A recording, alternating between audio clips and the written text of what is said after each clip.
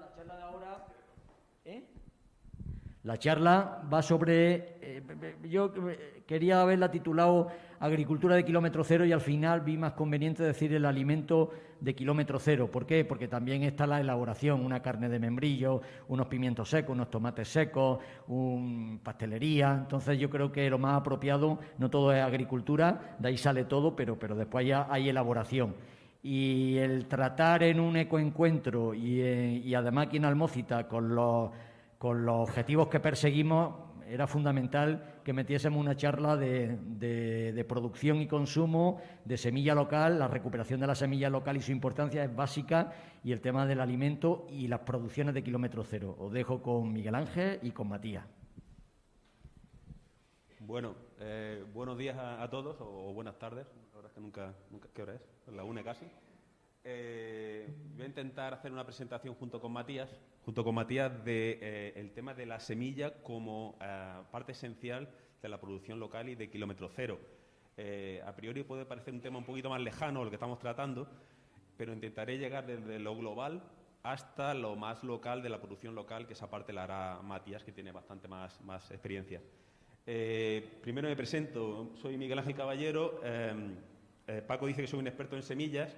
No sé si soy un experto, pero yo soy biólogo, trabajo de mejora genética en una casa de semillas.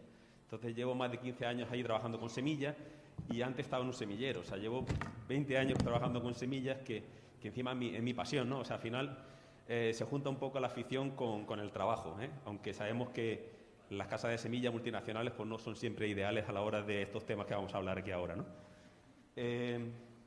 Quería pararme en la primera foto. Bueno, han estado comentando si la niña era del pueblo o no era del pueblo. No. Esa foto es en Turquía, entonces no creo que sea del pueblo. Entonces, en una visita a unos invernaderos, porque creo que representa muy bien el tema de hoy, me encontré eso, una niña que detrás lo que está comiendo es un pepino, una mata de pepino que está detrás. Al final se trata un poquito de una representación de lo que es la producción local y la importancia de la producción local. Bueno, empiezo la presentación. Va a ir un poquito de lo más general a lo más local y lo más aplicado, ¿vale? A lo mejor es demasiado lejano, pero me he querido ir al origen de la semilla. La semilla también tiene un origen, no solamente está hablando del tema local. Las propias variedades, no sé si alguno reconoce eso, si no sois del tema pues va a ser difícil. Son 3 ejemplos de un ancestro de la semilla. A la izquierda es un maíz original, es una planta pequeñita. Eso se convierte, a lo largo de los siglos, se ha convertido en un maíz que luego tiene una diversidad enorme. En medio es el origen del pepino, que eso es como un melón feo, y eso es el origen del pepino, ¿vale?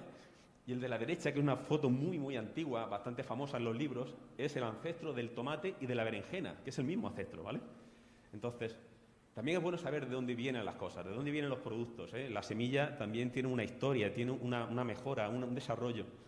Y es un poquito más anecdótico que otra cosa, ¿no? Para decir, el origen de todo viene ahí, ¿vale? ¿Y hacia dónde vamos después de esto? Después de esa semilla, de esas variedades ancestrales, muy poco productivas, muy feas, muy rústicas, por así decirlo, llegamos, esto es un ejemplo, a esa diversidad. Es una foto de una poquita diversidad de la que hay en tomate, ¿vale? Podía poner otra de pimiento, de maíz, y ahí vemos cómo el tomate, desde eso original, que no parece un tomate, ha llegado a tener pues desde diferentes colores, diferentes tamaños, diferentes propiedades y diferentes adaptaciones, ¿eh? Por supuesto, resistencias y todo ese tipo de cosas, que son lo que más trabajo yo, como el tema de casa de semillas. Lo que quiero decir es que eso ha sido una selección natural, o más bien forzada, a lo largo de los años. Se ha ido cada uno adaptando a su zona, a sus condiciones, a sus necesidades. Hay un método tradicional y luego un método más industrial, que creo que no son incompatibles, ¿eh? Será porque trabajo en eso, quizá también un poco. Una casa de semillas lo único que hace es acelerar el proceso. Yo no vengo aquí ahora a hablar de la casa de semillas, pero acelerar el proceso con tecnología. Pero al final se trata, como el otro día hablaba con, no me acuerdo si estaba por aquí, Manolo, que decía, pues tomates con sabor. Yo saco la semilla de los tomates que le pongo a mi mujer y a mi niño, y el que más le guste, de ese saco la semilla. Y voy haciendo mejora genética. Al final, ese hombre está haciendo mejora genética. Evidentemente, no es solamente sabor. Él quiere una producción para poder sacar un rendimiento económico. Pero al final hay un balance, ¿no? Más de la mitad de estas variedades que hay aquí seguramente no tendrán sabor. ¿Por qué? Y eso es otra discusión, porque al final la demanda industrial va hacia la cantidad, no hacia la calidad. Que, por cierto, el tema del kilómetro cero es lo que defiende la calidad y la sostenibilidad. ¿Estás de acuerdo? Pero bueno, yo creo que una visión global de esa diversidad enorme, soy un poco consciente de dónde salimos y dónde estamos llegando, ¿vale? Sí, por cierto, si tiene alguna duda, alguna pregunta, me podéis decir ahora, luego habrá un tiempo de debate o de charla, lo que queráis decir, lo podéis decir cuando queráis. De nuevo, el origen, siempre voy al origen. Todas esas variedades que ahora mismo conocemos, que tenemos encima de la mesa, todas esas variedades que conocemos tanto de fruta como de verdura, todas las hortícolas, tienen unas fuentes de origen que son muy poquitas en el mundo. Muy, muy poquitas. Si tú te vas, todo el tomate viene de México, de una zona pequeña de México. De México viene todo el tomate, todo el pepino viene de India, toda la berenjena viene de India, todas las del mundo, todas las que conocemos. Entonces, eso es fundamental, porque esos centros de diversidad que se llaman, es el origen de todo, y también cuando nosotros trabajamos en una necesidad, es decir, hay que mejorar una variedad porque necesita más resistencia, porque necesita más producción, mejor color, ¿dónde creéis que vamos nosotros a buscar eso? Vamos aquí. O sea, con todos los avances tecnológicos que hay en Casa de Semillas, en centros de investigación, con todas las tecnologías que hay, no voy a hablar de mejora genética ni de manipulación porque no se hace, al final terminas yendo a estos centros de origen. Tiene un valor incalculable, eso es un tesoro. Por supuesto, eso hay que proteger también, ¿eh? Daría para otra discusión, pero hay varios tratados que lo que hacen es defender que esa gente tiene una riqueza incalculable. Entonces, si tú quieres un gene bank que se llama, tú tienes que pagar unos royalties a esta gente, porque si no le estaríamos robando, que es lo que se ha hecho toda la vida, es robarle su semilla, ¿vale? Entonces, bueno, es muy global, pero yo creo que tuvieran la idea original de que, bueno, de que de la zona de Bolivia viene la patata, y todo viene de ahí. Y ahora está extendida en todo el mundo. Es decir, eso es fundamental, saber que todo viene de muy pocas especies, de muy pocos sitios, y luego en siglos se ha distribuido, se ha ampliado de una manera enorme esa diversidad. Bueno, después de todo este rollo, que es un poco preámbulo del tema de la semilla, quería ir un poco a lo local. He puesto un ejemplo con judía. Ahí podéis ver un poco pues, la diversidad de colores, de formas. Podría haber cogido cualquier otro, ¿eh? En pimiento también era una diversidad enorme. Pero eso es un ejemplo de la diversidad de la judía. Y para no decir, bueno, esto seguramente será de India, seguramente será de lo que he dicho, de los centros de origen, estoy hablando de la Alpujarra, ¿vale? Entonces hay un estudio muy interesante, y pondré ahí la referencia, de la Universidad de Granada, que hizo una investigación de las variedades locales. Entonces las variedades locales empezaron a preguntar por los pueblos, intentaron reproducirlas, mantenerlas, identificarlas. Y me pareció curioso poner un solo ejemplo. La publicación realmente es digna de verla. Mirad las judías que hay en la Alpujarra. Desde luego merece la pena leerlas, ¿eh? Desde bolico, bolillo, bolillo negro, bolillo tresmesino, habichuela de verdeo. Son 40. Realmente es impresionante. Yo cuando vi esto digo, en la Alpujarra hay 40 diferentes tipos de judía. Me podía ir al pimiento, y es igual, ¿eh? Pero me pareció increíble, de verdad merece la pena leerlo para decir, es imposible que haya 40 variedades de judías en la Alpujarra. Los que haya... Bueno, pero esas están, ahora no se reproducirán y seguramente habrá 3 o 4 o 5. Hay alguna porque el estudio lo que hizo fue ir a los agricultores uno por uno y les preguntaba y les pedía semillas. Entonces puede haber duplicados, ¿vale? Si alguno habéis leído ya el listado, se habrá dado cuenta que hay habichuela triqui y striqui, se parecen mucho. Seguramente será la misma, ¿vale? Pero tiene una denominación diferente y entonces por eso se considera, otra variedad. Pero yo creo que es la misma, o sea, sin ser sincero, pero que queden en 35 o en 30. 30 variedades diferentes de habichuela. Entonces, eso es una riqueza enorme.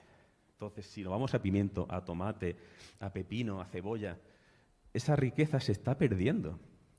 Y ya no me voy a lo global de decir el fuente de la resistencia de la India, estoy hablando de la Alpujarra. Ahí sí nosotros sí podemos intervenir, ahí sí nosotros sí podemos hacer algo.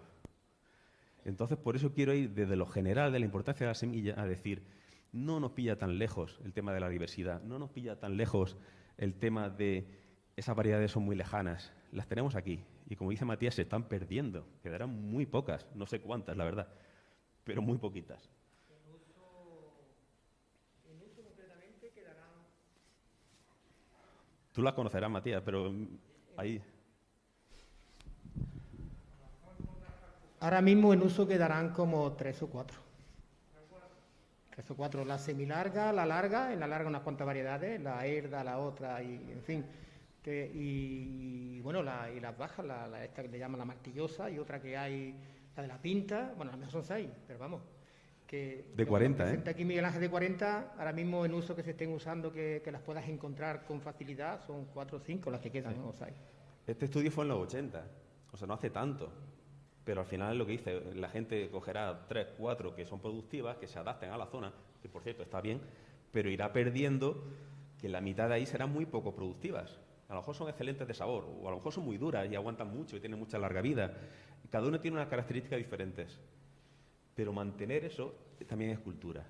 Entonces lo que queremos decir, merece la pena el mantener. No sé si las 40 serán posibles de recuperar, porque sería una pérdida bastante grande, ¿vale? Realmente el artículo es muy bueno y bueno, no a ese nivel, porque es a nivel de universidad y se dedicó mucho tiempo, pero sí creo que merece la pena hacer actividades o iniciativas que intenten recuperar las variedades locales y se propongan. Y luego hablará a Matías del tema de la troje de semillas, ¿vale? O no llamarlo banco de germoplasma, que me regaña si llamo banco de germoplasma, porque no le gusta la palabra banco. No estoy hablando de proyectos muy a largo plazo y muy complicados. Estoy hablando de aquí en el pueblo, en la zona, hacer algo, ¿vale? Entonces, quería terminar esta parte para pasarle ya a Matías la parte más aplicada, que supongo que será más interesante para vosotros. Bueno... Sí, ya verás cómo sí. Ya estamos con los piropos, ¿eh? Yo me adelanto. El tema de la semilla. ¿Qué es la semilla? Si una persona tiene una semilla, al final ¿por qué tiene una semilla? No es por gusto, ¿no? Esto no es una afición de decir, ¿por qué? Porque le produce alimento. Le produce alimento y al final pues tiene algo con lo que comer, con lo que mantenerse. Eso es fundamental. Por eso se viene la semilla, no por otra cosa. Pero claro, también genera una riqueza. Una riqueza significa que si tú tienes una producción de tomates y tienes una sobreproducción, tú no te vas a comer todos los tomates que estás produciendo. Los puedes intercambiar por otro producto o los puedes vender, seguramente por la zona, porque los productos locales pues bueno, tienen unas ventajas, pero también tienen una serie de condiciones de post cosecha que tampoco aguantan tanto. Entonces, básicamente, la semilla se tiene por eso, para comer y para producir. Pero si le añadimos la palabra local, creo que tiene más valor. Entonces, si empezamos por la derecha, debajo de riqueza, la semilla local tiene arraigo, o sea, provoca que la gente se mantenga en su zona. Si tú produces y eres capaz de comer o de vender o de vivir de eso, te mantiene en tu zona. Entonces tú eres capaz de vivir ahí. Sostenibilidad. Estamos hablando de lo que hemos dicho antes, del ejemplo ponía Paco, de un corte, de que no haya exportación. No voy a hablar del tema de pandemia, pero al final ese pueblo, esa gente que tiene semilla local es capaz de mantenerse por sí solo. O es, por así decirlo, no es un caso ideal, pero es menos dependiente de una exportación, de que llegue un virus, de que llegue... ¿Por qué? Porque las variedades están muy adaptadas. Entonces, esa sostenibilidad la tiene la semilla local. Y la estamos perdiendo, como hemos visto antes. Luego, la semilla local es cultura. Evidentemente, todas esas variedades que se mantengan, que se den a conocer, es una parte muy importante, creo yo, de la cultura de los pueblos y de la zona. Si vamos hacia la izquierda, bueno, es tradición, también es parte de la cultura, ¿vale? El transmitir el conocimiento de padres a hijos o de unas personas a otras de cómo se obtiene, de cómo se saca la semilla, cómo se cultiva, qué condiciones necesitas, qué hace falta en ese suelo, en ese manejo para tener esa variedad, esa semilla que tanto te gusta. Adaptabilidad. Esta para mí es una de las más importantes. Si tú compras una semilla comercial y la dejas aquí, pues a lo mejor no te crece. Si está acostumbrada, está hecha, porque yo me dedico a eso, entonces yo lo sé. Yo hago selección en un invernadero. La saca del invernadero y la gente me dice, es que tu variedad no da pepino. Digo, ¿la tienes en un invernadero? Dice, no. Y dice, pues entonces, pues, suerte. ¿Entiendes? Porque condiciones tan controladas, al final son máquinas de producir fruto. Si tú la echas aquí, pues no es lo mismo. Pero la variedad local, la que cultiva Matías o cualquier otro agricultor, está adaptada. Y como él hace mejora genética, sabiéndolo o sin saberlo, él hace mejora porque selecciona el tomate más gordo, el que más le gusta, eso es mejora genética. Pero selecciona también la que está mejor adaptada, la que aguanta más, la que tiene más vigor, la que tiene el color más bueno, la que tiene más producción. Eso es adaptabilidad. Entonces, si esa semilla se mantiene a lo largo de los años, tenemos variedades adaptadas al terreno, que junto con todo el resto le da un valor enorme.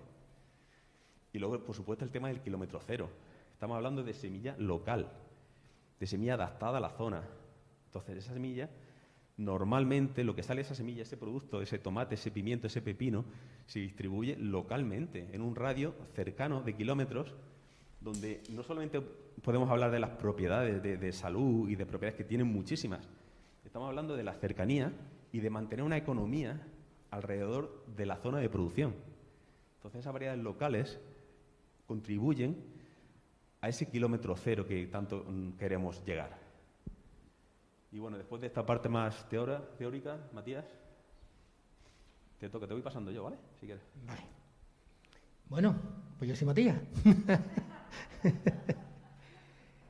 A mí sí que me gustaría que participáramos todos. O sea, que no nos vemos callados ahí y no... Que esto más que una charla que estemos dando nosotros, que sea participativa. Te tienes que colocar en el tiro de cámara. Para que te veas. Por aquí, ¿no? Vale. Vale. ¿Y la nariz tapada?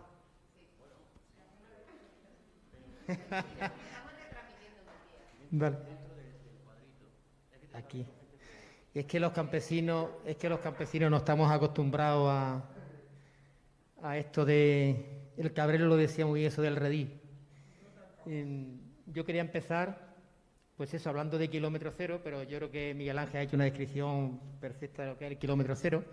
Nosotros en Casa Farfara lo ponemos en práctica. Nosotros todos nuestros productos los vendemos en la provincia de Granada y en la provincia de Almería. Bueno, en la provincia, concretamente en la ciudad de Granada y en 4 pueblos aquí de la zona de la provincia de Almería. El kilómetro cero lo que sirve perfectamente es, pues eso, la huella ecológica, ¿no? O sea, no tiene mucho sentido ni es muy sostenible coger un tomate de Almería y ponerlo en Noruega o en Suecia o en Alemania o en China, como tampoco es muy sostenible coger un nitrato de calcio de Noruega y ponerlo en Almería, ¿verdad? Esas son las cositas que tiene la agricultura industrial y que, bueno, tienen muy poco que ver con la sostenibilidad y tienen muy poco que ver con el kilómetro cero. Yo quería también hacer una diferencia entre campesino y agricultor.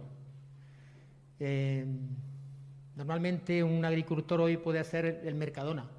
Está de alta como agricultor y tiene fincas que cotizan a la Seguridad Social, pues como yo, por ejemplo. En cambio, los campesinos somos gente que tocamos la tierra. Somos gente que verdaderamente hacemos una apuesta por la sostenibilidad, porque a un campesino no se le ocurre en la parte social, por ejemplo, no pagar un salario digno. O sea, que eso también tiene mucho que ver con la sostenibilidad, la parte social. Nosotros en Casa Farfara, por ejemplo, trabajamos con semillas locales, semillas nuestras. Estamos teniendo un problema enorme en esa parte práctica de la que tú hablabas, Miguel Ángel, porque la memoria de las semillas, yo creo que esto lo definirá Miguel Ángel mejor que yo, pues viene de 200 años, puede ser, ¿no?, en que se va mejorando y se va haciendo. Nosotros llevamos unos 15 o 20 años trabajando con la mejora de nuestras semillas y nos encontramos con verdaderos problemas. Cuando empezamos la transición de la agroindustria, porque cuando empezamos como agricultores trabajamos en la agroindustria, cuando empezamos la transición, pues, y empezamos a recoger nuestras propias semillas, nos encontramos con un producto que teníamos que era riquísimo de comer, que era muy bueno de sabor, pero que era muy feo. Y eso a la hora de llevarlo al mercado, pues no tenía ningún valor. Y nos encontramos con ese enorme problema de la comercialización. Porque yo siempre lo digo, estos proyectos campesinos, estos proyectos de kilómetro cero, tienen que ser rentables. Si no son rentables, tampoco tienen sentido. Y para que un proyecto de estos campesinos sea rentable, es imprescindible vuestra participación como consumidores. Cuando hay un proyecto campesino que hace una apuesta y se sale de... Y hay unos cuantos en Andalucía. Nosotros, por ejemplo, quizás seamos de los pioneros. Cuando empezamos con la integral granaína a vender en los mercadillos de Granada, quizás seamos de los primeros. Después han venido otros cuantos proyectos y muchos se han caído por el camino, porque al final lo que ha faltado ha sido el compromiso. Y bueno, de esto vamos a hablar más adelante. Yo creo que ya podemos pasar, creo que queda definido lo que es el kilómetro cero, ¿no? El atroje de semillas. Esto de atroje, ¿sabéis lo que es un atroje? Pues un atroje es el espacio en las casas de la Alpujarra que se guardaba, era un espacio que se hacía para guardar las semillas. El trigo, el maíz, la cebada. Lo mismo para consumo humano que para consumo de los animales. Estaba el pajar donde se metía la paja y luego estaban los atrojes, normalmente siempre al lado del pajar, donde se guardaba el grano. Yo quien me conoce sabe que por mi activismo en las plataformas de estos desahucios soy un antibanco que no me gusta, pues entonces pensamos que lo mejor sería llamarle atroje y coger esa raíz de la alpujarra potente que tenemos aquí y denominarnos de esta manera y de esa forma, pasamos un poquito los bancos. Bueno, esa foto que hay del colectivo es una foto de la... a ver si lo digo, de la jornada de puertas abiertas que hicimos en Casa Farfara. Porque es que es imprescindible para la recuperación de semillas, para la sostenibilidad, es imprescindible el colectivo. Sin el colectivo no se puede hacer nada. Y el colectivo somos todos, es un poco lo que hemos dicho antes, el colectivo somos todos. ¿Pasamos, Miguel Ángel? Bueno, aquí tenemos la importancia del kilómetro cero, que ya hemos explicado, y los canales cortos. Los canales cortos, que evidentemente tienen mucho que ver con la sostenibilidad. Fijaros, por ejemplo, una cosita. El otro día lo comentábamos esto. Hay muchas latas tiradas por ahí, ¿verdad? Y hay compañeros de Ecologistas en Acción que salen todos los domingos, los fines de semana, incluso como hobby, a recoger las latas que otros tiran así alegremente a la calle. Y lo que se hace con esto, con este proceso, lo que se hace es coger esas latas, meterlas en un contenedor y de un contenedor llevarlas a otro contenedor más grande o a un espacio mucho más grande, donde siguen siendo un problema. O sea, no se van de la tierra a otro sitio, se quedan aquí. En cambio, los campesinos, las personas que trabajamos la tierra con honestidad, con cubierta vegetal permanente, permanentemente estamos recogiendo de la atmósfera esos gases de efecto invernadero, esos gases nocivos que están provocando este caos, este cambio climático, y continuamente de día y de noche lo estamos fijando en forma de carbono en el suelo, y ese carbono contribuye a fertilidad. De manera que con un proceso, esta es mi experiencia, de 4, 5, 6 años, tenemos un suelo fértil que no necesita de ningún tipo de abono de ninguna clase, que simplemente respetando los amores que nos da la naturaleza, conseguimos alimentos sanos, ricos, a través de esa semilla local, y estamos recogiendo esa basura que otros están tirando y convirtiendo en fertilidad, o sea que no la estamos depositando en otro sitio. Y esto no se tiene en cuenta. Esto nadie lo tiene en cuenta. A mí me gusta siempre relacionar estas cosas, la parte social, con la parte natural, porque es importantísimo. Yo creo que la labor que hacemos los campesinos se nos debería de pagar, aparte de pagarnos el tomate y el pimiento y esas cosas, se nos debería de pagar simplemente por esa labor que estamos haciendo de fertilizar el suelo con la basura que otros contaminan. Bueno, ahora vamos a hablar un poco también, yo os quería hablar también un poquito en este espacio, ¿no?, de lo que son los grupos de consumo, que también tienen mucho que ver con la parte, es que esto de la mascarilla yo es que no puedo con ella, que tiene mucho que ver con esto de la parte social. Porque, como hemos dicho antes, es imprescindible nuestra colaboración. Sin nuestra colaboración, esto al final no sale. Esto tiene que ser cosa del colectivo. Un grupo de consumo, muchos lo saben lo que es. ¿Alguien sabe lo que no es un grupo de consumo? Bueno, no, perdón, lo que es un grupo de consumo. Vale. Bueno, un grupo de consumo es un puñado de gente que se juntan y consumen productos locales y productos de confianza, independientemente de que estén certificados o no. En unos grupos de consumo hacen una parte más social, digamos, divulgando, haciendo talleres, haciendo cosas.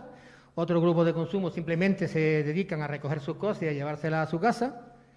Y en nuestro caso, como somos parte, porque por ejemplo en Francia, que yo creo que esta parte es muy importante, a ver si me aclaro, en Francia normalmente los grupos de consumo funcionan, un grupo de personas se juntan, buscan una persona campesina que le cultive y todo el ciclo del año le están pagando un salario digno y esas mercancías que el campesino recoge de su tierra son del grupo de consumo y son ellos las que las gestionan y las que se las reparten.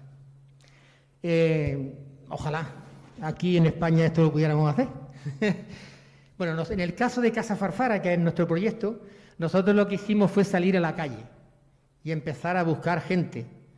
Pero en este caso siempre, pues, con la mochila de la economía a las espaldas. O sea, si sale más, el que te fastidia eres tú, no lo puedes repartir con el colectivo, porque el colectivo nos hace responsables.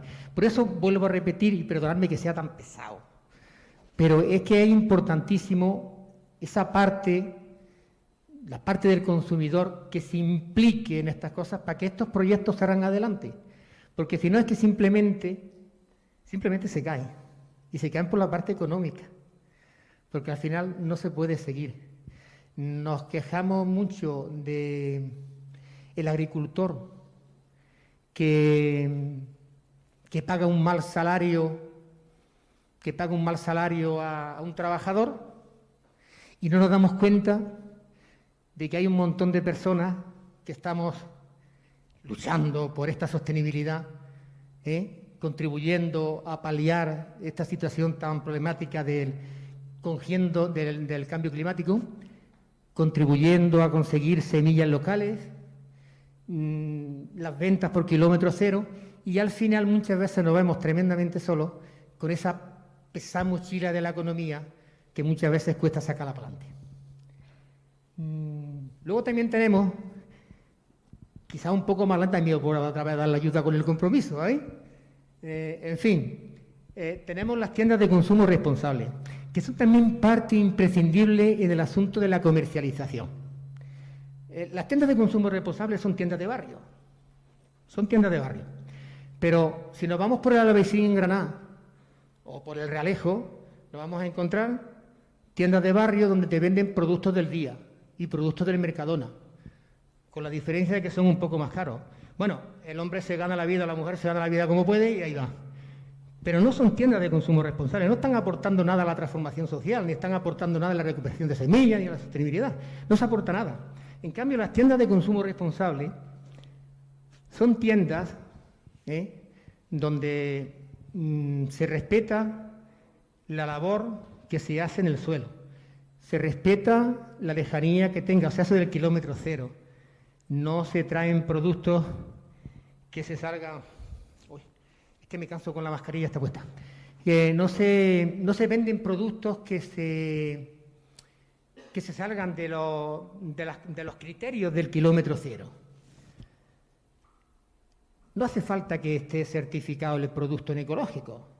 Quien me conoce ya sabe que soy tremendamente crítico con las certificadoras, porque normalmente nunca certifican la verdad, certifican el dinero, y entonces Yo, por lo menos, no estoy de acuerdo con las certificadoras ecológicas porque no las veo que vayan a esa labor. Entonces, en estas tiendas de consumo responsable, esto no se tiene en cuenta.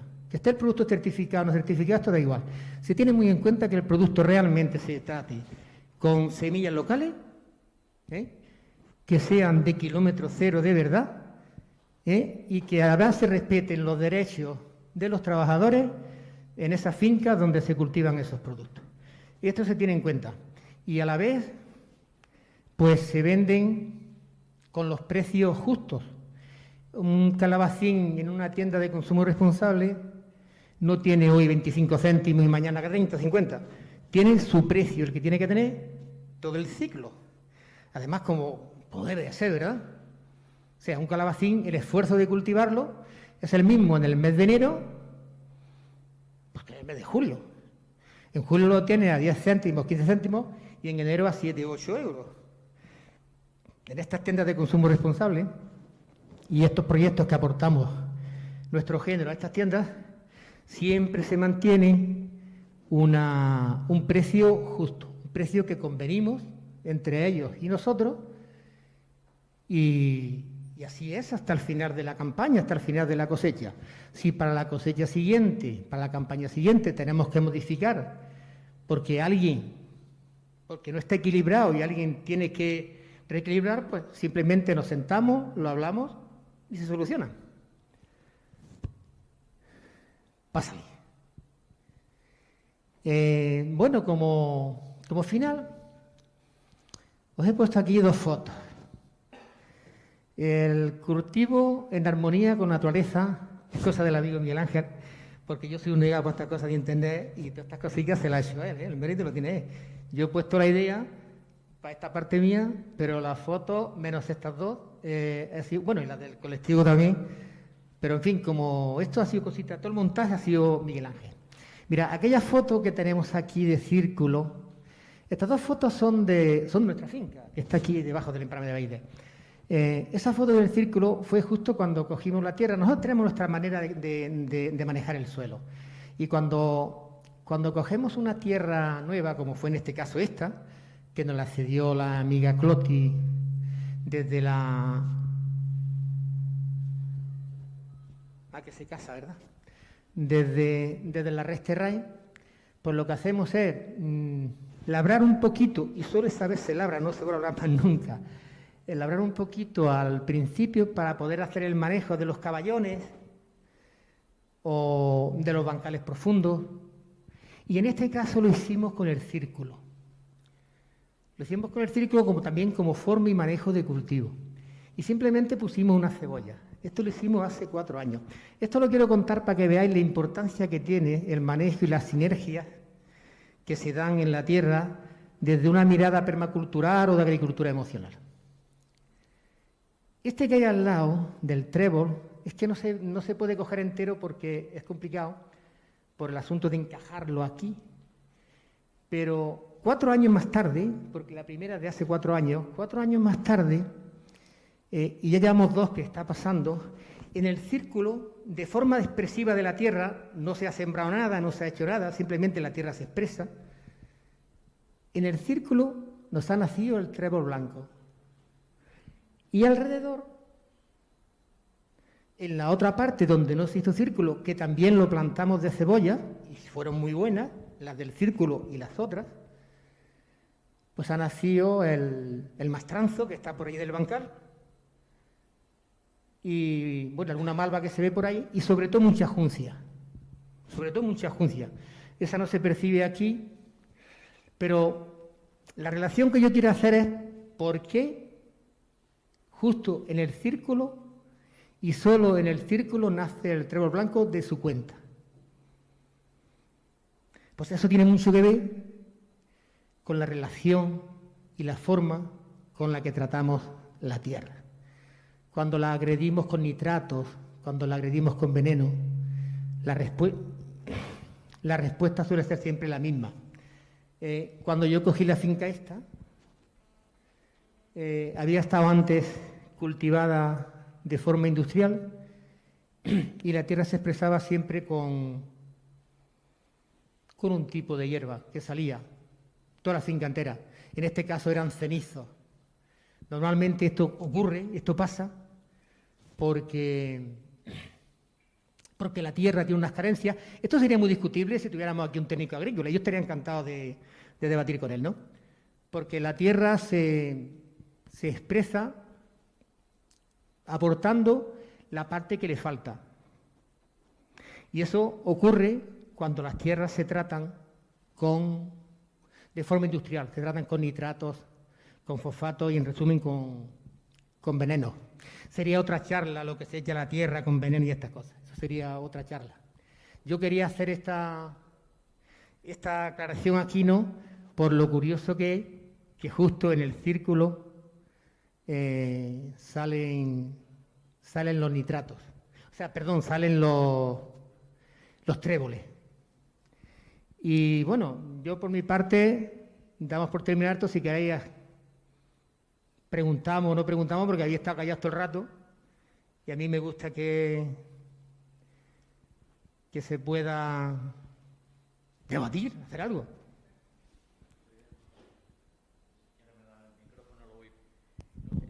Sí, voy pasando el micrófono. Si alguien se abre la ronda de preguntas, de consulta o reflexión y podéis dirigido a ti.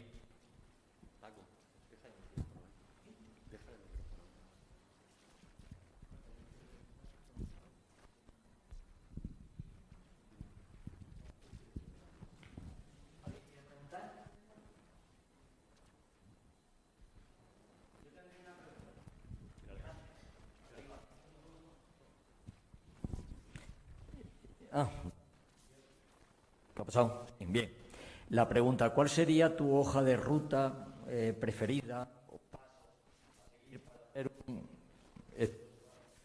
para semilla en un municipio pequeñito como una comarca como la Reina Almeriense? ¿Cuál sería tu hoja de ruta preferida? Yo creo que se ha oído, ¿verdad? Sí. Al final, si habéis visto lo del estudio de la Universidad de Granada, se empieza preguntando. Se empieza a la gente mayor, porque normalmente es la que mantiene esto, los agricultores de la zona, qué semilla tiene, cómo le llama, y hacer un inventario. Al final tienes que hacer un inventario de lo que hay, de lo que se conoce. Y luego ya te metes en detalle y ya dices qué variedades hay cada uno, cuáles son las mejores. Y luego ya lo complicado aquí, aparte de la búsqueda manual, que es muy costosa de tiempo, creo que es el mantener la semilla.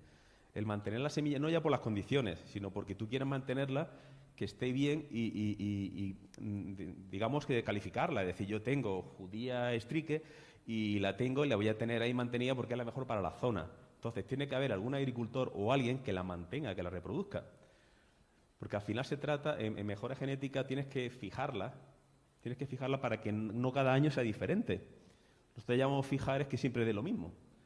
Aunque también tiene cierto encanto que no siempre dé lo mismo, ¿no? Pero que si está adaptada, al final tienes que hacer un inventario y luego buscar dónde mantener esa semilla y reproducirla.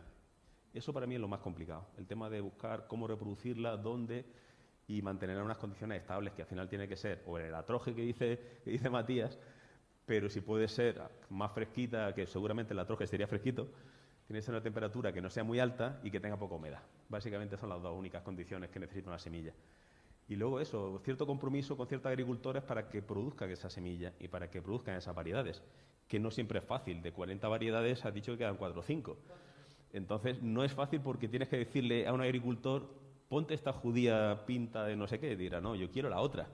Entonces esa tiene cierta dificultad, a no ser que haya gente que se dedica a eso. Tiene una parcelita donde pone sus variedades locales y las reproduce sin, digamos, un destino comercial.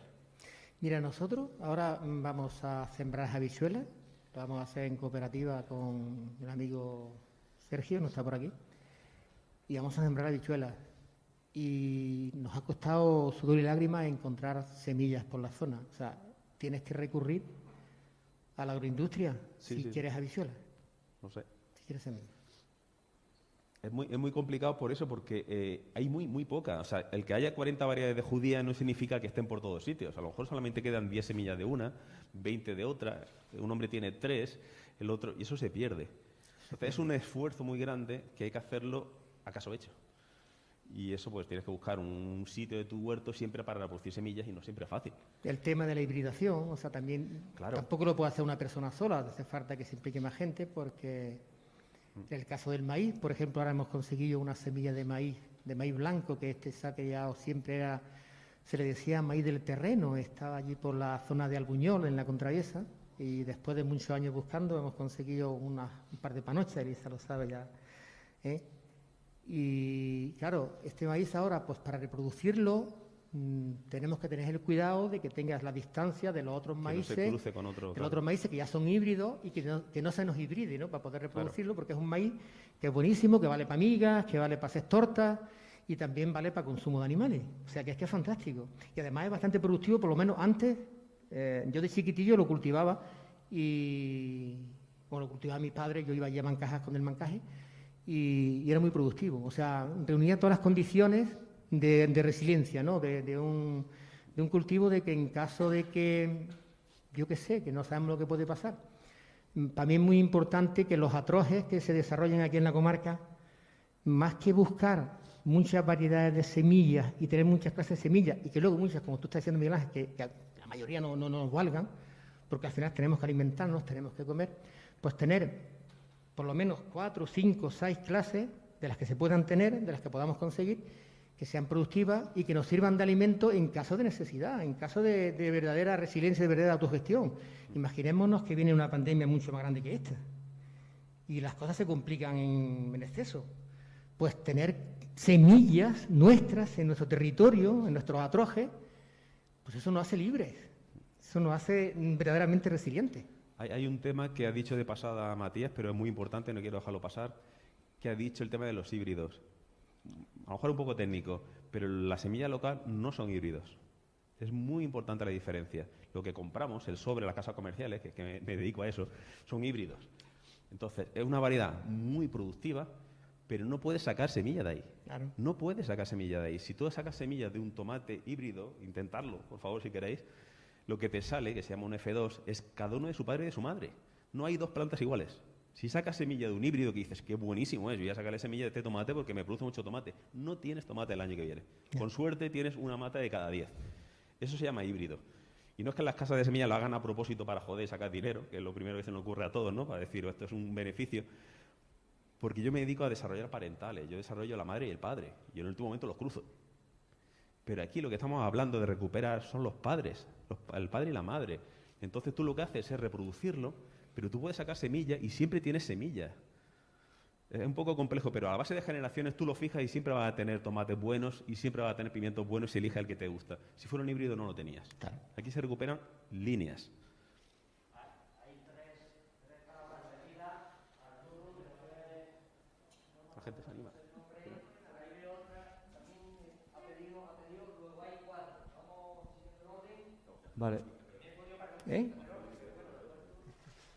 Yo tengo una pregunta para Matías, también un poco sobre una hoja de ruta, de cómo se puede iniciar un proyecto como Casa Farfara y para que sea rentable, que como es lo que tú decías, ¿no? Para que al final, a pesar de que se lleve a cabo todos estos valores y todo esto, que al final se pueda generar una economía que te pueda mantener. Y también otra pregunta sería, ¿de qué manera divulgas un poco entre tus consumidores el tema de las variedades locales y el tema de las semillas que tú usas? Empiezo por la última. La divulgación es... En nuestro proyecto siempre existe mucho el boca a boca, el contacto humano. Una de las cosas que más me gusta, porque al fin y al cabo es mi trabajo, una de las cosas que más me gusta es que la gente te mete en las tripas de su casa. La gente siempre te mete en su cocina y allí pues te tienen diferentes conversaciones. Y llega a ser algo más que una transacción comercial, siempre es algo más que una transacción comercial. Al final se consiguen verdaderas amistades. Entonces, para mí esta es la mejor manera, el contacto humano y el boca a boca. Yo lo explico boca a boca. Luego cuando hay una ocasión como esta, pues también lo hacemos, pero normalmente pasito a paso y el boca a boca. Y de la primera no me acuerdo, Arturo.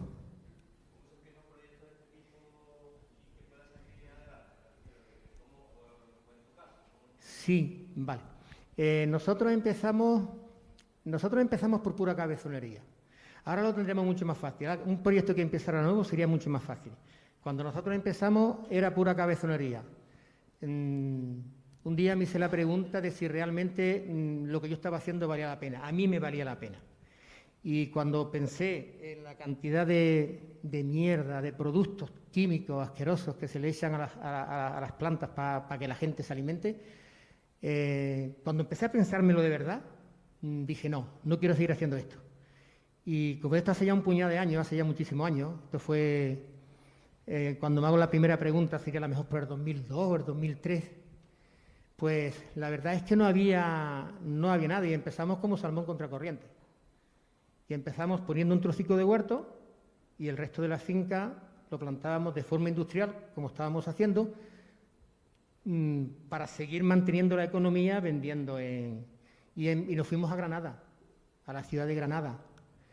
Entonces se acababa de empezar con la red agroecológica, se acababa de empezar con la cooperativa integral granaína, que hacía unos mercadillos allí en el Albaicín, y esa fue la manera, esa fue la forma de integrarnos. Llamé a unos cuantos amigos que tenían Granada y les propuse la idea del huerto y de llevar las cestas a casa.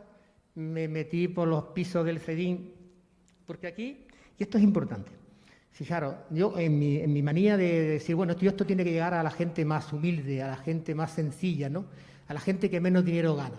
Y me metí en el barrio de la Xana y me metí en el barrio del Saidín, que son los dos barrios más obreros de la ciudad de Granada. Y la verdad es que con la iglesia hemos topado.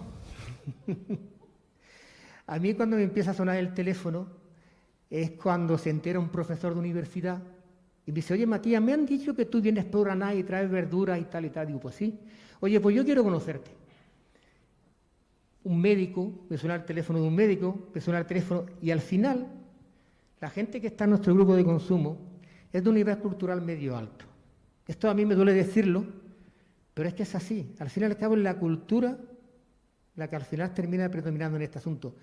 Los currantes de los barrios siguen yendo a las pilas estas de los bols que ponen de berenjena a 99 céntimos y el resto a 5 euros, pero bueno, esto sigue pasando.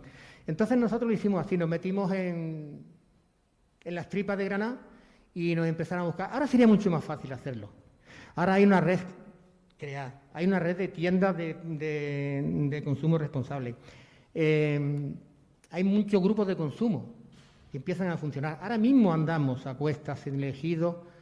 No he visto por aquí a la compañera María, pero he quedado con ella hoy para hablar del asunto, para tirar adelante en el Ejido con un grupo de consumo. Se hace imprescindible. Los grupos de consumo son básicos e imprescindibles para la pedagogía y para que también los proyectos sigan siendo rentables. Porque en mi caso, por ejemplo, en el caso de Casa Farfara, que ya somos viejos, que ya estamos muy bien asentados, pero, por ejemplo, el asunto del COVID nos ha fastidiado bastante.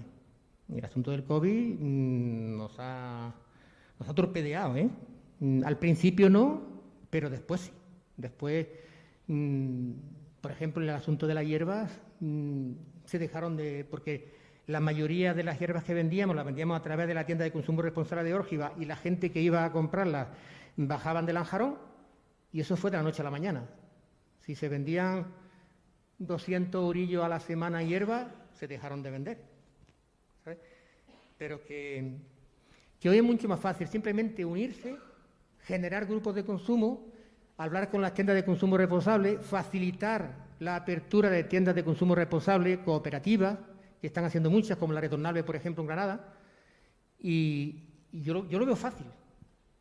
Eso sí, hay que ser muy intenso y ser muy persistente, pero que se puede sacar para adelante, ¿eh? Y además vale la pena. Y por la parte del cultivo, pues la Resterrae, el municipalismo, los pueblos, tierras que haya baldías, cualquier tierra buenísima, da igual a la altura que esté, todas las tierras, tratándolas con amor y con respeto, todas son productivas. El manejo del suelo es también un poco prestarse, quererse, y se puede conseguir. O sea que yo animo a que la gente se... Es más, uno de los talleres que pensamos hacer en Casa Farfara precisamente es este, el asunto este.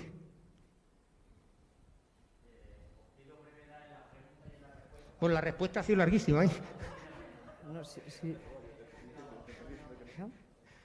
Bueno, yo quería hacer una reflexión más que una pregunta.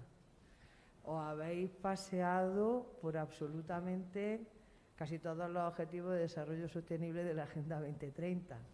Habéis paseado por el Pacto Verde Europeo, por la estrategia de la granja a la mesa, por el Plan Nacional de Economía Circular, por absolutamente todas las normativas que están surgiendo en este 2021, 2020, 2021, a raíz de lo que se empezó a trabajar en 2016 en la ONU. Es curioso porque había hablado de resiliencia, permacultura, de no esquilmar recursos, del prosumo, consumo, de los grupos de consumo, de la identidad local, porque hay identidad local, de la preservación de la cultura local. Y cuando en la intervención me dices que trabajas con el boca a boca, pienso que nada hace más necesario este tipo de encuentros, y hablo del encuentro en general, para la divulgación y sensibilización de las poblaciones locales, rurales, que sé que se está haciendo un trabajo ímprobo en esta zona. Concretamente en el municipio de Almocita está a la cabeza, de hecho está colaborando en alguna iniciativa europea con otras regiones, con un póster, si mal no recuerdo. Pero que iniciativas como esta, para gente que desconoce y que desconocemos, porque la práctica la desconocemos, nos quedamos en la teoría, que al final es muy difícil llevarla a la práctica, pero que vosotros lleváis años luz, con lo que ahora muchas regiones, muchos municipios, muchas comarcas quieren asumir con el tema del kilómetro cero y el canal corto de distribución y la recuperación de las semillas, esa resiliencia, la permacultura, todos estos valores de los que estamos hablando, que al fin y al cabo son los valores los que nos hacen tener estas prácticas. Y pienso que estos encuentros, esas charlas y una difusión, que creo que deberíais de llegar a más gente, porque no son muchos los grupos ni muy numerosos que conocen.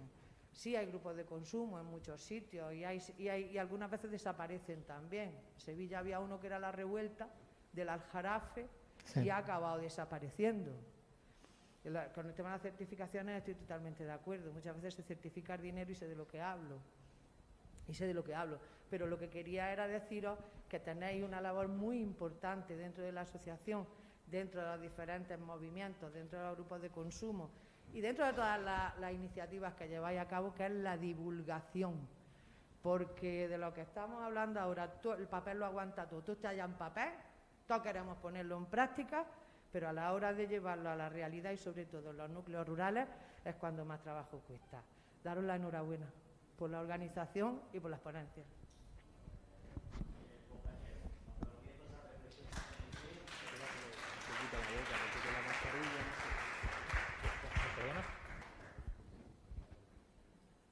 Bueno, mi pregunta es ¿se escucha?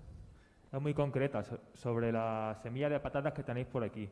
Si tenéis semillas de patata autóctonas, tipo copo de nieve o ojo de perdiz, o si tenéis otro tipo de semilla de patata, y eso, si la estáis cultivando, si la tenéis o no la tenéis. Nosotros concretamente en la patata la trabajamos muy poco, porque las tierras que tenemos tienen mucho chinorro. Aquí la patata se cultiva más en el río, pero sí que hay en el pueblo agricultores, campesinos que cultivan, sobre todo ojo de perdiz, es la que más se cultiva. Pero hay un problema también con la patata, ocurre como con todas las cosas. La mayoría de las patatas que se siembran en todos sitios, la semilla se compra. O sea, no se guarda la semilla. Aquí también tenemos que hacer un trabajo enorme. Lo mismo que en lo demás. Exactamente igual. Se siembra ojo de perdiz, pero se vende toda y luego se recurre a comprar a la comercializadora la semilla. La hoja de perdiz que hay ahora, pues no es la antigua, claro. Es el ojo de perdiz que hay ahora. Yo tengo, y la tengo como un tesoro, y la he dejado que crezcan en el huerto. Son unas patatas que además son muy feas, que son las autóctonas de la Vega de Granada, que se llaman, ay, que no me acuerdo ahora, disculpadme, no me acuerdo el nombre de la patata.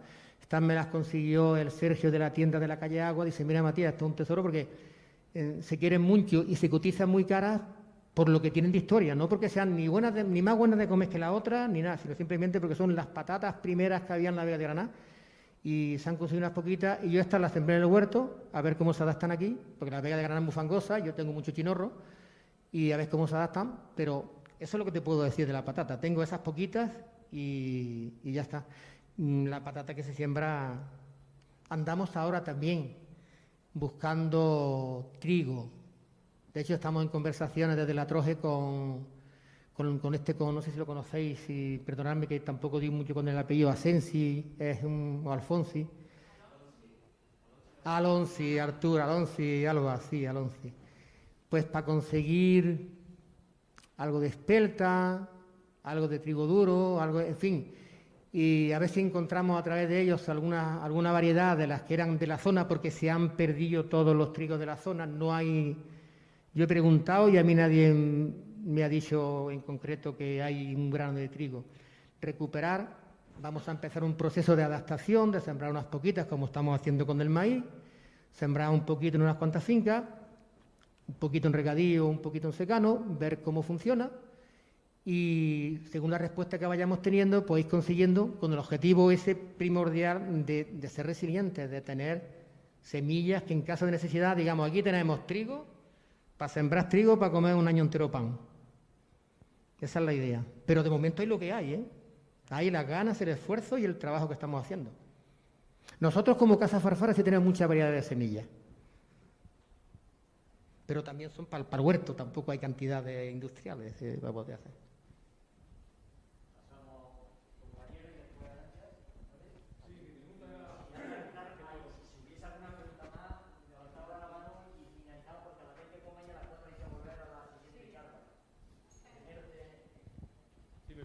Siguiente. Sí, vamos, si compro plántula ecológica o semilla ecológica, estoy comprando planta madre, planta original, y segundo, si una vez que la tengo, esa semilla, que considero, me han dicho que es original, una vez que la planto y saca su fruto, esa semilla, lógicamente, pues podré seguir plantando con ella, a no ser híbrida. Pero ¿se va degenerando o tendría que ir seleccionando cada año la que mejor se ha adaptado, o la más bonita, la más hermosa, la más grande, la más... para que no se vaya degenerando esa semilla madre, ¿no?, que he comprado o me han regalado? Pues esas son las dos preguntas. Gracias. A la primera, si lo entiendo bien, si es semilla madre, la respuesta es no. Tú no estás comprando semilla madre, seguramente estás comprando un híbrido. Si compras un híbrido, de ahí viene la gente lo malentiende. Yo tengo un sobre que pone semilla ecológica o una planta... No, pero es semilla ecológica, pero tienes que entender que la diferencia está en que de híbrido o local. La diferencia está en híbrido local. Semilla ecológica, podemos hablar aquí 3 horas. Vale. Hay mucho engaño en la semilla ecológica, ¿eh? Y yo trabajo en la casa de semillas. Vale. ¿Por qué? Por el tema de las legislaciones. Semilla ecológica, mi empresa tiene otra empresa que se dedica a hacer 100% semilla ecológica de verdad. No os podéis ni imaginar el trabajo que tiene eso. En sitios, en Holanda, con lo que cuesta el espacio y el terreno, en condiciones sin tratamiento ninguno, con calidades diferentes, la semilla no va tratada de nada, y luego se vende un sobre especial que pone ecológica, certificada. Esa semilla es ecológica, pero echa la ley, echa la trampa. Como hay más demanda que producción, la ley, la Comunidad Europea o quien sea, ha dicho, vale, la semilla normal, convencional, hecha industrial, el último tratamiento te lo saltas y lo vale para ecológico. El último tratamiento, lo que le da el colorcito a la semilla. Si no le echas eso, también te lo aceptamos. O sea que si compro ecológico no me garantiza que sea semilla madre. No. Primero, no te garanticen ni siquiera que sea ecológico. Yeah. Y segundo, seguro que no estás comprando semilla madre. Garantizado. Vale. Entonces, claro que te degenera, porque tienes un híbrido y si sacas la semilla, estás sacando los 8 años que hay detrás de un mejorador mejorando eso. Vale. O sea, cada planta va a ser diferente, garantizada. Ahora, ¿quieres sacar algo de eso? 7, 8 años es lo que se tarda de elegir la mejor, y le sacas la mejor, la sacas, la mejor, la sacas, 6, 7, 8 años dependiendo la especie, y entonces la has fijado. Entonces es una semilla local, porque es una línea, entonces es una madre, porque lo que tiene Matías en su atroje, que se me olvida, es semilla madre. Lo que tú compras y yo y todo el mundo es híbrido, y no tiene nada que ver. Un híbrido es para producir en plan industrial, que lo que es tan fenómeno, fantástico, que sacar semilla madre. Y ecológica, pues casi seguro que tampoco es ecológica. Puede ser que sea, ¿eh? Pero no es semilla madre, seguro. Vale, y en cuanto a la segunda pregunta, si la consigo semilla madre y sí, planto, cosechas posteriores, es recolección sobre las mejores, seleccionarlas, ¿no? Sí, eso es mejora genética. Si quieres hacer eso, más te vale que le pidas semilla a Matías o a cualquier agricultor de la zona que tiene semilla madre que no hacerlo de un híbrido que te va a costar 7 o 8 años. Vale. ¿Se puede hacer? Sí, pero te va a costar muchísimo. Muy bien, Entonces, gracias. pídela y en 2 o 3 años la mejora un poquito y la tienes. Muy bien, gracias.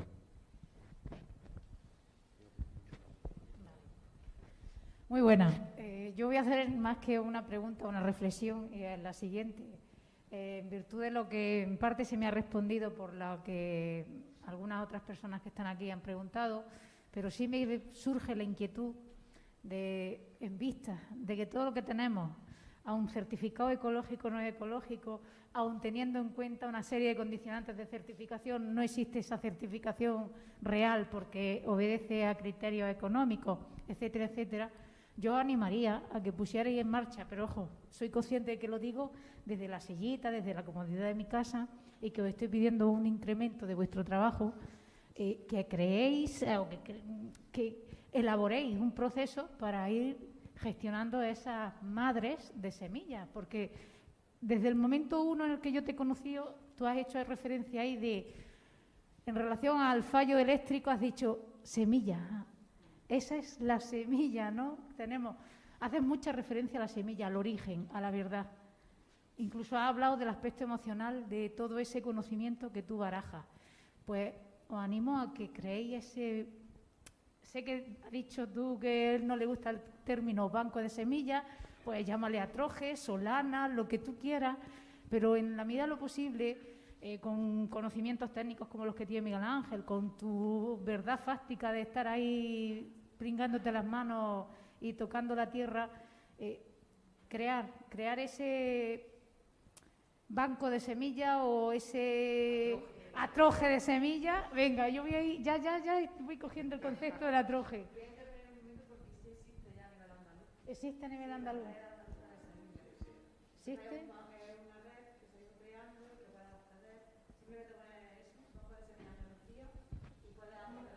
Entonces este hombre podía acudir a ese banco para coger madres y no comercializando y comprando los sobres ¿qué? Ahí está. Y cuando él ha hecho mención a que hay dificultad de que... Pues hay veces, solamente voy a decir esto, hay veces que en otros germoplasmas que te dicen, te la vendemos o te la damos con el compromiso de que la reproduzcas. Ajá. Porque así ganamos los dos. Claro, así ganamos los dos, porque yo te doy 3, 10 semillas, pero tú la multiplicas y me devuelves una parte, porque yo soy el centro. Bueno, Matías, que te animo, por favor, y si te puedo ayudar, yo te ayudo, aunque sea a transcribir, yo qué sé, de vez en cuando me vengo un fin de semana y te ayudo, yo qué sé, a empujar el carro. Lo de la ayuda falta no hace, porque aquí Elisa es también parte, sí. El atroje de Sevilla de Almócita está ya en marcha. Es por egoísmo mío, de decir, bueno, sabiendo que hay un banco, si hay, yo que sé, un colapso, cualquier situación extrema, Sí. sé que ahí no tenemos que irnos a Escandinavia a coger ese banco que de ahí subterráneo entre los hielos, ¿no? Sino que hay aquí uno local más chiquitito, pero del que podemos tirar... Además son los auténticos. O sea, si consiguiéramos en la comarca y en todas las comarcas, un atroje en cada comarca de semillas locales, ahí sí que se estriba la verdadera fuerza y la verdadera libertad del campesino, del campesinado, que la semilla. Pues si, como Elisa te conoce, no te preocupes que...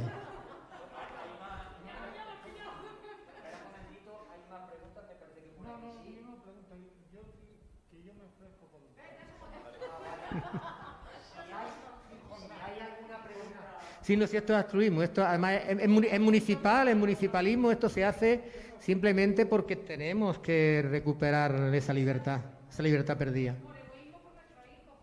Sí, yo tengo ya un nietecillo y me viene Almócita para relajarme. Yo me vine de la bestia de plástico del Ejido, del corazón de la bestia.